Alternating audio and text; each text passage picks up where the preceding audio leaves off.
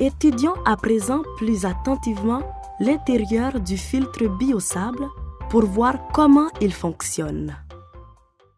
La couche biologique se situe sur le sable dans le filtre biosable et de nombreux micro-organismes y vivent. Vous ne pouvez pas les voir car ils sont trop petits. Alors que vous utilisez le filtre biosable, de plus en plus de micro-organismes se concentrent dans la couche biologique. C'est une bonne chose. Le filtre biosable a besoin de beaucoup de micro-organismes pour fonctionner correctement.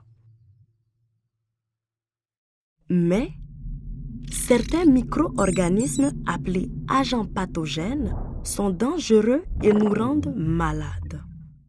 La principale fonction du filtre biosable est d'éliminer ces agents pathogènes de l'eau. Cela se produit dans la couche biologique et le sable de différentes façons. L'une de ces façons se passe dans la couche biologique où les micro-organismes se consomment mutuellement. C'est ainsi que certains des agents pathogènes dans l'eau sont tués.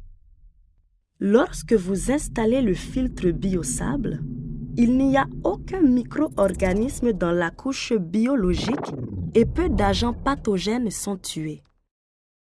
Mais, au bout de 30 jours, la couche biologique s'est complètement développée et il y a beaucoup de micro-organismes qui mangent les agents pathogènes. C'est à ce moment que la couche biologique est réellement efficace. Une autre façon dont le filtre biosable élimine les agents pathogènes intervient dans le sable profond.